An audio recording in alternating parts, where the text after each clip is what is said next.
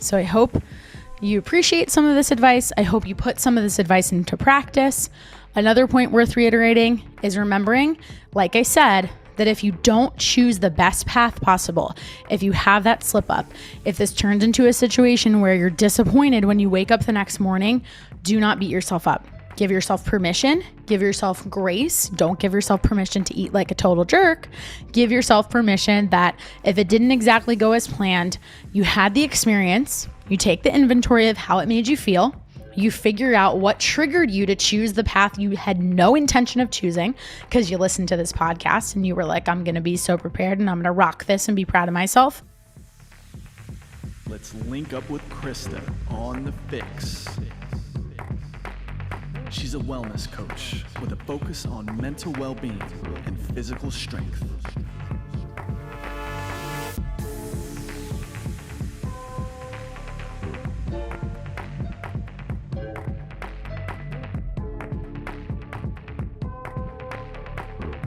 Welcome to episode 47 of The FYX. I am your host, Krysta Huber, and we are back with our second episode in the series on all things food for the holidays. If you're listening to this right when the episode drops, we are just weeks away from Thanksgiving, and this is that time of year when everybody has a whole lot of anxiety around food, weight loss, managing their fitness goals, managing their nutrition goals, and I'm here with some more information to help you navigate it. So last week I talked all about setting boundaries and really working on using your voice in the context of what you can control, selecting the restaurants that you want your friends or family members to go to, being thoughtful about what you're putting on your plate, being okay with ordering what you want customized to how you want that food to be ordered and not feeling some type of way if you ask your waiter for like 3 different modifications. So if you didn't have a chance to check that out, strongly encourage you to jump back to episode 46. You can totally listen to these out of order, but just know that all of them are connected and tied to this entire theme of food for the holidays. Kind of like a play on words of home for the holidays, if you didn't pick up on that one. So today we are going to, I'm not going to sugarcoat this one, guys. I'm going to be real straight. This is one of my favorite things to say to my clients. And I usually say it one of 2 ways, but today we're going with this one. Here's a lesson in how to not eat like an asshole. It's as simple as that. It's straightforward, to the point, and it's something that a lot of us, when we're stressed the hell out, when we're feeling in our feelings or whatever it is, sometimes we eat a lot of food, we overeat, sometimes better known as binge eating, and we straight up just eat like an asshole. And I think this is something that becomes very easy around the holidays because we have such access to food. And I've worked with a coach in the past who said this so well. We have access to excess. And sometimes we forget to be grateful for that. And frankly, in eating like an asshole, we kind of take advantage of it. So I am going to provide you 5, 6, maybe 7. I got a little list here of actual tactical steps, tools, strategies that you can use to better manage your plate, yourself, your desire to keep reaching for that fork and going back for leftovers and seconds and thirds and whatevers when it comes to Thanksgiving, Christmas, New Year's Eve, the whole holiday circuit that's on the way. So the first thing I want to address, I touched on this a little bit in episode 46 in talking about focusing on memories and the people that you're with, but I think it's so important and is fundamental to the holiday season, and it goes back to being grateful for having access to excess, is remembering that food will always be there. Now, you have 2 choices or multiple choices. You can pick both, but it just depends on what kind of perspective you want to take with that. So if you can remember that the food will always be there, and maybe sometimes it won't be, which I'm going to get into in a sec, but it should shift your focus away from the food itself. Let's think about what's gone on in the past almost now 2 years. There's probably been people in your life that you haven't seen for a while. We traveled less. Holidays looked really different last year. We didn't get to do the things, the traditions that we typically do with all of the people that we love. So hopefully, if you are doing those things this year, I think this is probably a very opportune and appropriate time to focus on the people with you, to focus on the memories that you're making whether food is involved in them or not. I think because culturally, as we talked about in episode 46, there's such a focus around food, and food is so important. And it's also something that unifies people. Think about it. It's notoriously the time when you sit down at the table, if you want to be thinking of like the nuclear family or like that quintessential holiday season image in your head, it's all these people gathering around the table, passing around plates of food. And there's a whole lot of food on the table. Like I said last week, we definitely don't have the problem where we go to someone's house for a holiday and there's not enough food. There's usually too much, and there's a lot of options. From a psychological standpoint, having a lot of options and also being somebody who works hard, is burnt out, tired of making decisions, having more options in front of you makes it harder to make some of those really good decisions. Well, okay, thanks for telling me that, Krysta. What the hell do I do about it? Here's what you're going to do about it. Other than really trying to focus in on what you're grateful for outside of the food itself, in realizing that food will always be there, it encourages you to think about the exact foods that maybe you only have certain times of year. And I have a perfect example for that, because my absolute favorite food of all time is a food that I only have sometimes Thanksgiving, sometimes Christmas, maybe both, but it's usually one or the other. And that is sweet potato casserole. People have different names for it, but I'm sure you're very familiar with this. If you're listening, it is sweet potatoes with sometimes pineapple mixed in a casserole. I prefer it without.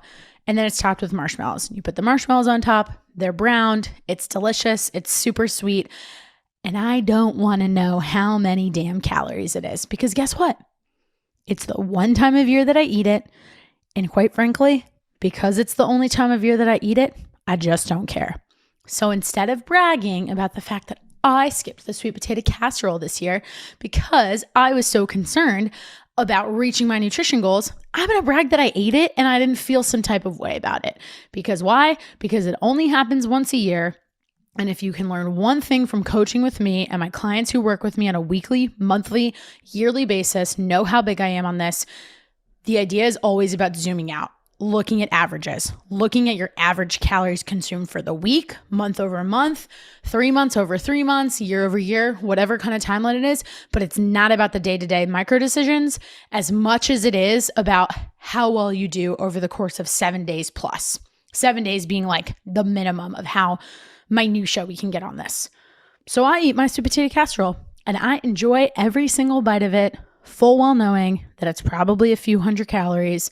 And it certainly has no protein in it. Maybe a little bit.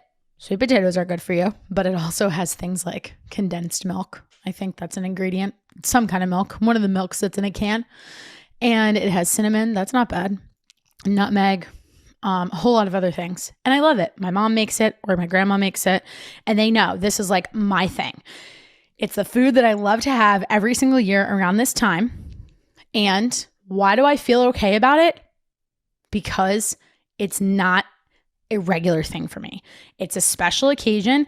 It's not even an option any other time of year, because I'm not going to come home on a random Tuesday and my mom be like, oh, I made sweet potato casserole. It's also not something I really like look forward to unless it's kind of cold out. It's definitely a more comforting meal. And frankly, I should just call it a dessert because it's so sweet and it basically tastes like a dessert. But that said, it's a really great example. While I could go on a rabbit hole about how much I love it and how good of a recipe it is and all that stuff, that's not what you came here for. But it just illustrates the fact that we can have those certain specialty foods. Maybe it's like you have this favorite birthday cake and your mom always makes it for you every year on your birthday. Or maybe you have a tradition in your house that for somebody else's birthday or some kind of holiday, you always go to this specific restaurant, and chances are at that restaurant, there's probably this one meal that you always order. And if you always order it at this time of year, I want you to know one thing. I want you to give yourself the permission to eat it and enjoy it. And that doesn't make you eating like an asshole. You want to know why? Because you know that it's in the context of this event and this celebration that you are going to look forward to that. And what's more important is that I can almost guarantee that if you don't satisfy that because it's a memory, it's important to you, I'd go so far as to say it's a part of your identity in a lot of ways, you will be disappointed. And a lot of the times that disappointment turns into you eating a whole bunch of other things because you didn't satisfy the craving, or you feel disappointed that you didn't have that thing. Or it also turns into when the leftovers are available the next day, you eating way more than the serving side you would have consumed if you just ate it in the moment. And that, my friends, that last scenario that I described is where we get into the mode of eating like an a-hole. Before we talk about leftovers, I'm saving that for the next episode, which actually will drop on Thanksgiving. So you should listen to that, go eat, and then think about me the next day before you reach back into the fridge and grab all that stuff. So we'll save all those details for that episode. But I think it's really hard to keep in mind, like, okay, looking at the table, what on this table not only tastes really good, but is kind of a staple that I may have all the time. For example, maybe there's some other side that is really a side that your family always has. Like, I don't know, I'm trying to think of something else that we have for holidays at my house that I could definitely have at other times of year. I know one. Mac and cheese. My grandma makes bomb mac and cheese. It's delicious. It's got like multiple kinds of cheese, a lot of pasta. And yeah, there's a little bit of protein in there, but there's a lot of fat and there's a lot of carbs. Here's how I play this little game. And kind of works right into my second point of creating a hierarchy of foods that are most important to you. I don't need to be a genius. I don't need to have ever tracked my food in my life to know the following. If I have a plate on Thanksgiving, of course, it's going to have turkey on it. We'll talk about protein in a minute. If I put on it sweet potato casserole and mac and cheese, that is probably, I don't know, a good 700 calories if I had to guess, maybe 800 calories. The calories alone don't really matter other than to say it's a whole lot of food. And I could play this off like, oh, well, I'm not tracking it, so it doesn't count. Have an aversion to information and have an aversion to measuring it. Well, guess what? That doesn't do me any good. It doesn't do my coach any good if he or she is trying to help me navigate the situation. What does me good is if I'm honest about it. What does me good is if maybe one holiday season I do actually track my food intake and get super precise with it because it's homemade and I can be a part of the process of cooking and then actually know exactly what's going on my plate so that the next time I have more information to be like, oh, this is like 500 calories for this thing. This is 600 calories for this thing. Then I also want to have dessert. Then I also want to have 2 glasses of wine. Well, either I'm not going to eat anything the whole day, or I'm definitely going over on my calories. And if I choose to go over my calories, am I okay with that? Am I okay with the potential consequences, side effects, or just the outcome if we want to be a little more neutral about it? Let's call it the outcome. If you're cool with that and you're cool with the scale jumping up and down and you can be mentally prepared for that and you feel like you have a strong enough relationship with food that one day of that doesn't turn into the day after Thanksgiving and then the weekend after and then the whole month of December into January, and maybe it does and you just don't care, then you probably aren't really the audience for this podcast, but you never know. Sometimes we just go into modes where we're like, this is not as important to me right now. If you know what those possible outcomes are and you're aware of them, then you're totally empowered to make the decision that is best for you. But whatever decision you pick, you can't kick yourself later if it's not the one that you wanted to make. So with all that in mind, that's kind of how we create an understanding of like, what's worth it to me? What's worth it to Krysta? And what's worth it to Krysta may not be worth it to the next person because, for example, that example that I provided of sweet potato casserole being like my thing, the next person could be like, you know what? I really have this dessert that, you know, my cousin makes and it's the only time of year that I eat it. Or maybe your family does like a really big brunch spread for Christmas Eve or Thanksgiving or whatever. And so you want to splurge on like a stuffed French toast or something like that. You do you. You do your thing.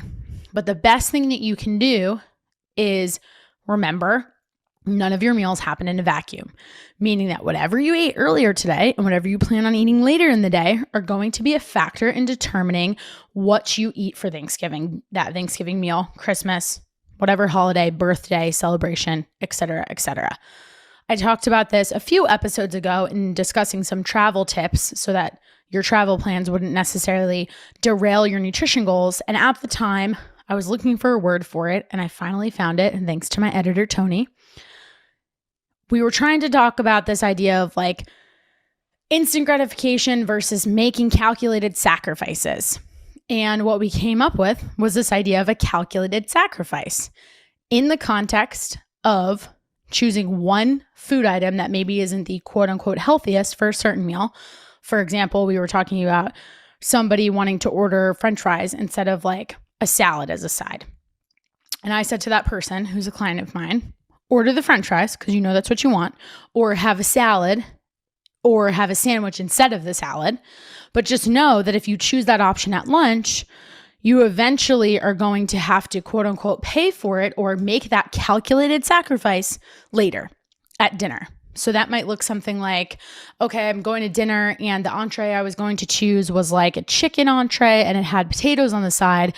But instead of having the potatoes, since I already had the French fries at lunch with my sandwich, I'm going to swap it in for something else that's a different type of vegetable that's not so carb heavy. Maybe I switch it for like a broccoli or another vegetable instead, because that will better help me keep my calories a little more in check than if I just went balls to the wall and ate whatever I felt like eating over the course of that time.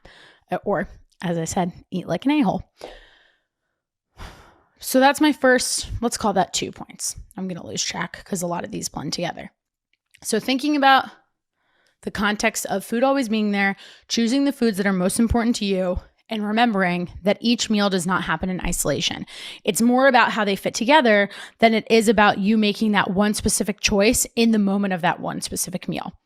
Okay, so next up, I want to go through a little bit more of some of the tactical methods. Like the first piece of this was a little bit more conceptual and being strategic and really putting some thought behind the foods that you were choosing to eat. This one is more about what can you do in the moment. And a lot of these things are things that we tend to overlook. They're not new ideas. There's other people out there who have talked about this stuff before, but maybe in listening to my podcast and I haven't talked about it, it's a new concept for you. So hopefully somebody out there finds this helpful. The first thing is the whole idea between, do I go back for seconds? Do I just get one big plate? Do I use a smaller plate? And here's what I'm going to say. None of those things are wrong and all of them are potential options. You have to work based off of your preferences and only you can make that decision by being totally honest with yourself. For example, I personally like to just get a big plate, fill it up one time because I find that if I go for a smaller plate and I go back for seconds or thirds, I probably will eat more and eat a little bit more mindlessly instead of listening to my hunger cues and making sure I'm actually full.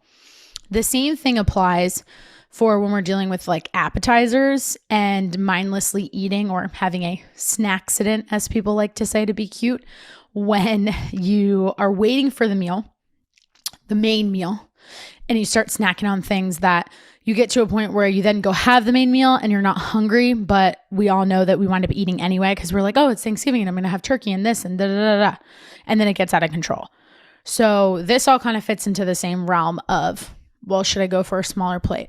Sure, maybe that works for you, but just kind of pay attention. Take inventory of how you behave if you choose that route. And maybe it doesn't go great the first time. The cool part is that by the time you go from Thanksgiving to then Christmas, you'll have the information from what did work for you on Thanksgiving or what didn't work for you on Thanksgiving. And then you can do something about it when you're in that next holiday stretch, which is great. So maybe you try one out and it doesn't exactly go your way. That's okay. You don't beat yourself up. You just take note of the info that you received and you apply it to the next situation, which is awesome because you have more knowledge, which makes you more powerful, which puts you in a position to take better care of your health and make that investment in your future self going forward. Another thing I find with all the appetizers and things is a lot of the time that food tends to be really light on the protein spectrum and have a whole lot of fat and maybe some carbs. If you're in an Italian household, you probably still have your carbs with all the pasta and then breads and things like that as a part of the main meal, or maybe you have that before you have your main meal. Again, take inventory, look around, look at all of the options that are in front of you, and maybe even find out if some of the food is still being prepared and you don't know what's on the menu. My best advice is to first of all, find out what's going to be on the menu before you even get there. But even on top of that is just asking, like when you show up at that person's house and you're like, hey, I see we have these appetizers. Like, what are some of the things that are going to be on the table for dinner, or like whatever time you have your Thanksgiving meal? And then they tell you, then you can actually survey all of your options and not treat it like you're having this like way beyond a 3-course meal. It becomes like 2 double meals in the course of 4 hours, which we all know would lead us to consume a lot more calories probably than we allotted ourselves for the day. So that's another strategy. What's even more important is what I just said about finding out what's going to be on the table before you even get there. Why is that? Because here's one of the biggest mistakes I have personally made and see other people make often. Never go into a event, a celebration, a party, a holiday, a whatever, hungry. Ever. This is like something I see a lot where people essentially hoard their macros and save them all up for 1 or 2 meals. If you are starving, you are very, very likely to overeat. I don't know anyone who, when they're really hungry, they actually listen to themselves. Because sometimes you get to the point where you're just like irrational, right? I get hangry. And then I'm so hungry, and then I start mindlessly eating, and then maybe you throw some alcohol into the mix there. Your inhibition is low. You're not really making the best decisions. You're just increasing your likelihood of eating more food than you intended to and going down the path of eating like an asshole. And again, we are here to help you to not do that. So that's another piece of advice I think is really helpful, and I think a mistake that can very easily be made, because if you go back to the argument of calories in, calories out, if somebody was on here trying to debate me on that one and you told me, oh, well, I'm just going to kind of like hoard my calories and save them for these couple meals, I'm not going to tell you that you're wrong, but I am going to tell you that there's probably a better method to choose. So what would be some of those things that you could consume before that meal? Well, I kind of hinted at a couple, and the way I would back into this one is to actually focus on what food is not going to be available to you in context of what your macronutrient goals are. As most of my listeners know, I'm a big proponent of macronutrients. Anybody that works with me, that's how we look at our plate. That's how we get an education around our food content and our food quality. And most of the time, any eating out situation or any holiday situation is heavy on the carbs and the fat and lighter on the protein, even if there's protein available in the form of course, like turkey or ham or chicken or beef or whatever it is, fish. It tends to be no more than a serving. And if you're somebody who's literally hoarded all of your calories and saved all of your macros until the end of the day, well, I don't know anyone who can very comfortably consume over 100 grams of protein in one sitting. Your stomach would not really be very happy about that.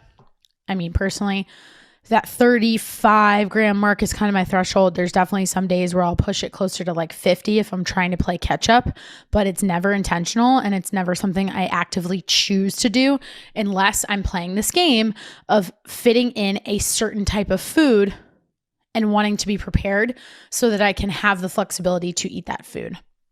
So maybe you have like a 3 p.m. holiday mealtime.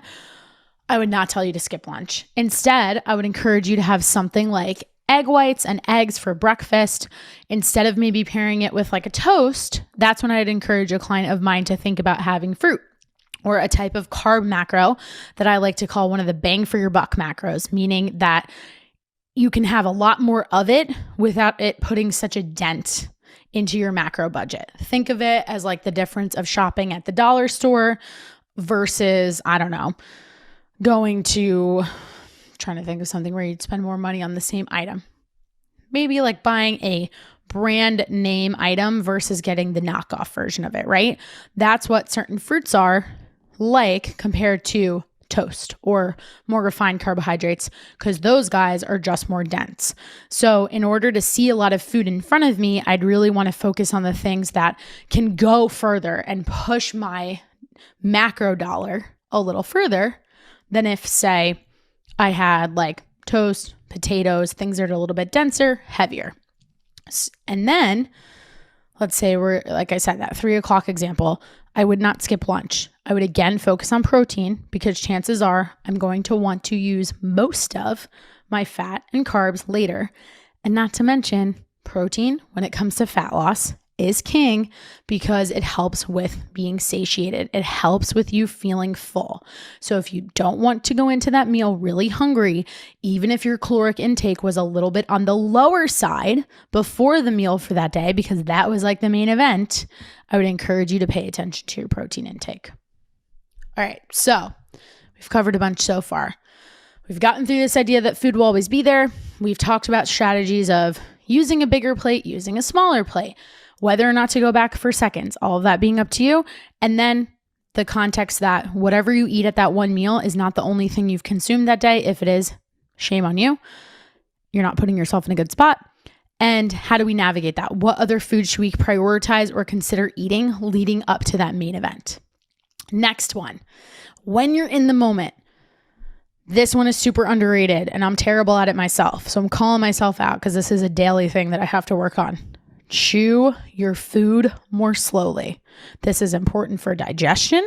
It's important for your gut health. It affects the amount of stress you're putting on your body, on your system. But digestion starts with the mouth. And chewing your food more slowly will help you slow down. This was something that my grandparents always used to say is like a little bit of a joke when I was a little kid, but it's actually founded in a lot of science in the sense of giving your brain time to catch up to your stomach. That was the way they always said it. Chewing slower, taking your time. And then my grandma always had this rule called the 5-minute rule, that you waited 5 minutes before you thought you were ready to go back in for that second helping. And if after those 5 minutes, you're no longer thinking about that food, it's probably time to cut yourself off.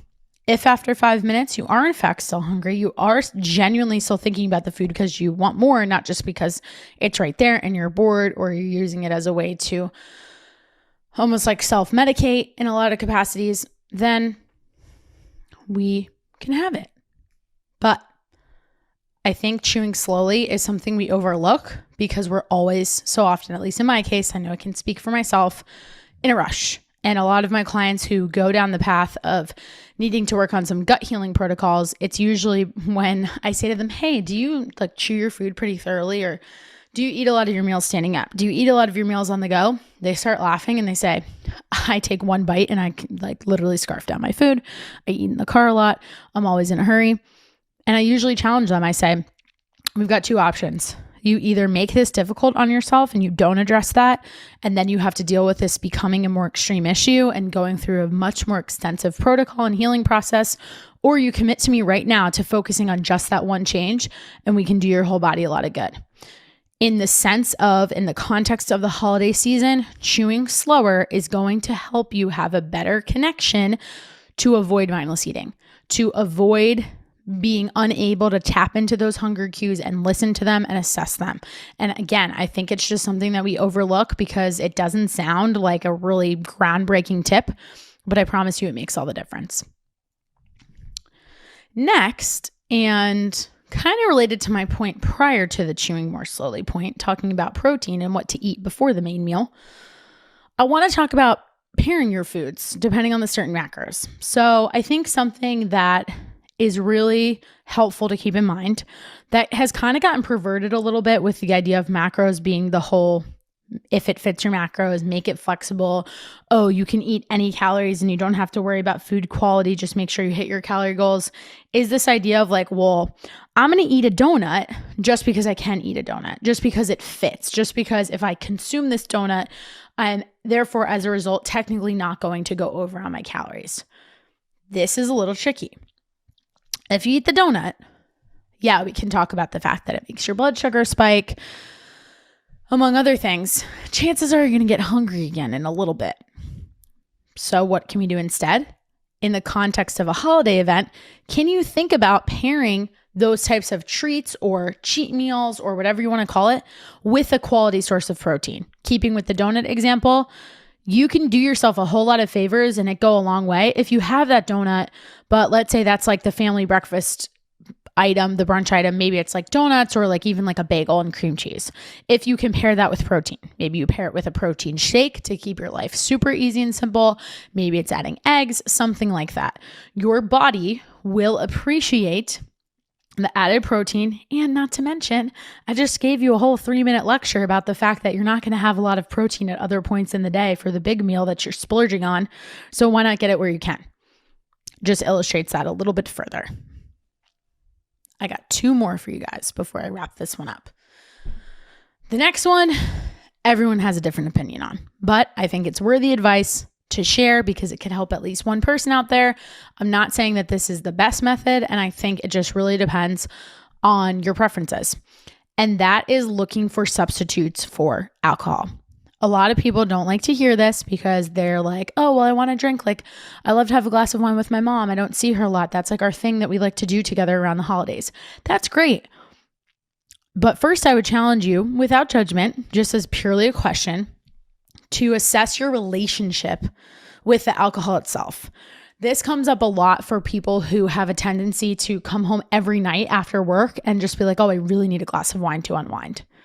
The wine isn't the problem in that situation. It's the fact that you are using it as a mechanism to de-stress. And there's a better way, regardless of the calories, there's a better way to cultivate a better relationship with alcohol so that you have other activities that are great for you that you can use in place of that. Or really asking yourself, is there some personal shit that I need to work on so that I don't have that kind of relationship with a drink?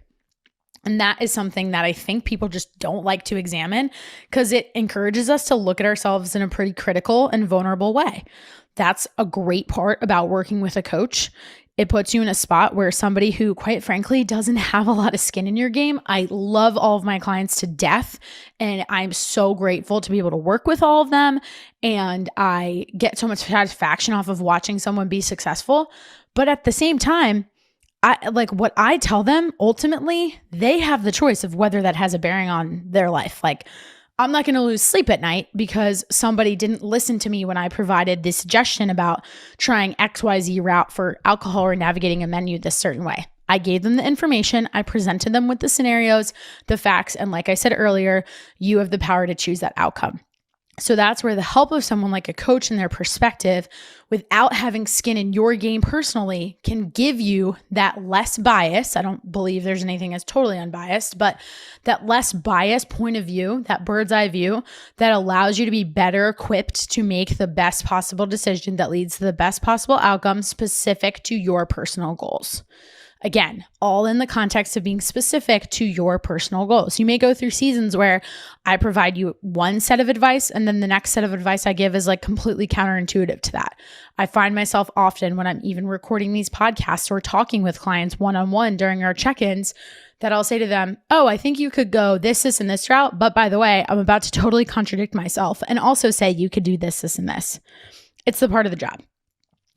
And I think that a lot of times when it comes to something like alcohol, again, it puts us in a place where we don't want to express the fact or accept or acknowledge that maybe we don't have the healthiest relationship with it because it's not extreme. And we always hear of examples of where somebody had an issue or a problem that was extreme, and that's what leads to a more serious case of, say, a full-blown addiction. There's varying degrees to that. And again, food itself, it doesn't even have to be alcohol as the example. For a lot of people, it's an escape. It's a way to deal with certain emotions. It's a way to deal with stress. And until we acknowledge that and say that out loud and accept that, I am totally that way. And I'll be the first person to admit it. And it's really freeing when you actually do. When you can identify that you have that kind of relationship, it helps you understand why you actually make the decisions that you do and appreciate that you're not just walking around trying to self-sabotage yourself when you go through phases of life where maybe tracking your macros and meal prepping and all those other sorts of things feel really laborious and just not like a priority to you. So what's my suggestion when it comes to the holidays and drinking? Treat them like opportunities to maybe pull back on your drinking a little bit. I'm not saying not drink at all, although that is one option. And my number one suggestion there would be to ask yourself to create that same hierarchy that I described in choosing between like the sweet potato casserole example and the mac and cheese. Take the same route and throw wine into the mix or beer or whatever, a mixed drink, cocktail, whatever it is that you enjoy sipping on. as another option that's contributing to those calories and asking yourself, is that worth it for you? Again, I can't answer that question for somebody. And here's why. Me personally, I love food so much. I get more satisfaction from being able to have room for dessert or eat that extra serving of something else. And I'd rather sacrifice the alcohol. That's that calculated sacrifice that I'm making. But I recognize that everyone is different. And maybe you by the same token could say the exact opposite and be like, oh, I'll pass up on that thing because I'd really rather have a drink. You do you. It's totally cool. It's just a different method. The principle is exactly the same.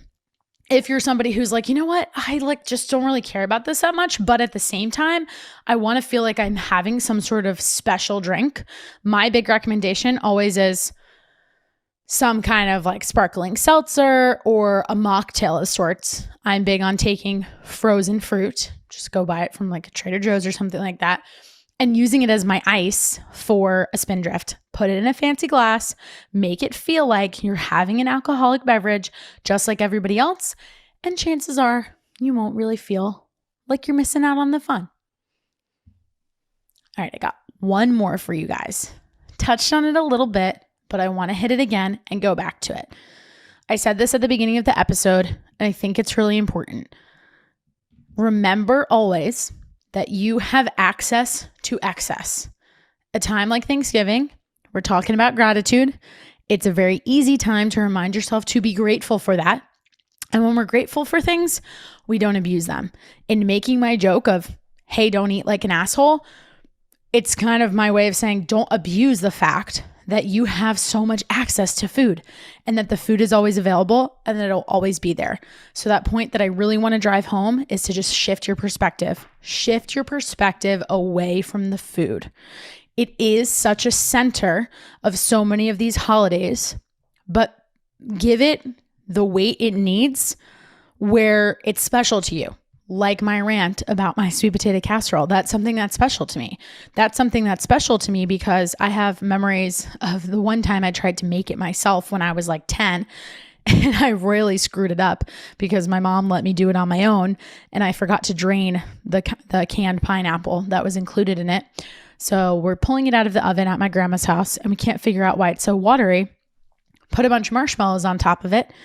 And it still was super watery and just didn't have the consistency that it should.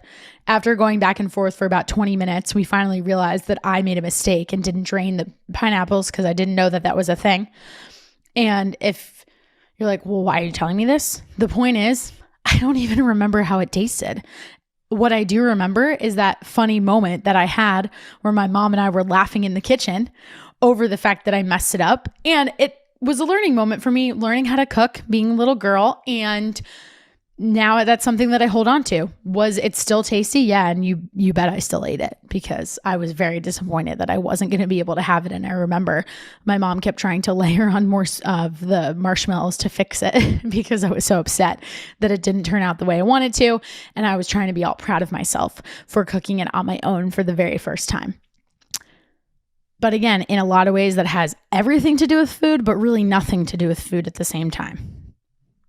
So I hope you appreciate some of this advice. I hope you put some of this advice into practice.